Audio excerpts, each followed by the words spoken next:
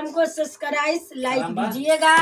आपका दुआ लगेगा तो हम बन जाएंगे, और नहीं आप लोग का दुआ लगेगा तो हम नहीं बनेंगे भाई। हमारा गाना आप लोग को पसंद पड़ेगा तो सब्सक्राइब लाइक जरूर दीजिएगा। हम आप लोग का एहसान कभी नहीं भुलाएंगे, ठीक। हमारा जरूर अच्छा करिएगा आप ही लोग से हम लोग बड़े हैं। हम लोग को भुलाइएगा मत। हम ही लोग एक नए नए गीत गाने जा रहे हैं, आप लोग को पसंद पड़ेगा तो सुनिएगा, नहीं पसंद नहीं सुनिएगा, ठीक। एक शराबी पर हम गीत गाने जा रहे हैं, आपको अच्छा लगेगा तो बताइएगा, नहीं अच्छा लगेगा तो कोई बात नहीं अच्छा लगेगा तो भी बताइएगा।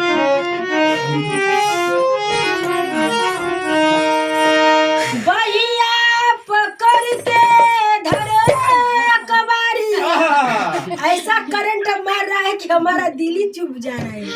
देखिए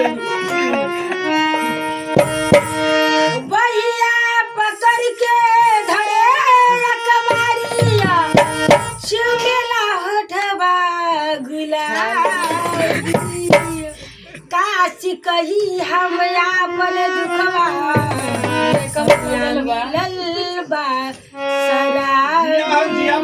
रेडियो लेबू की घड़ी? हम घड़ी लेब, रेडियो नहीं लेब।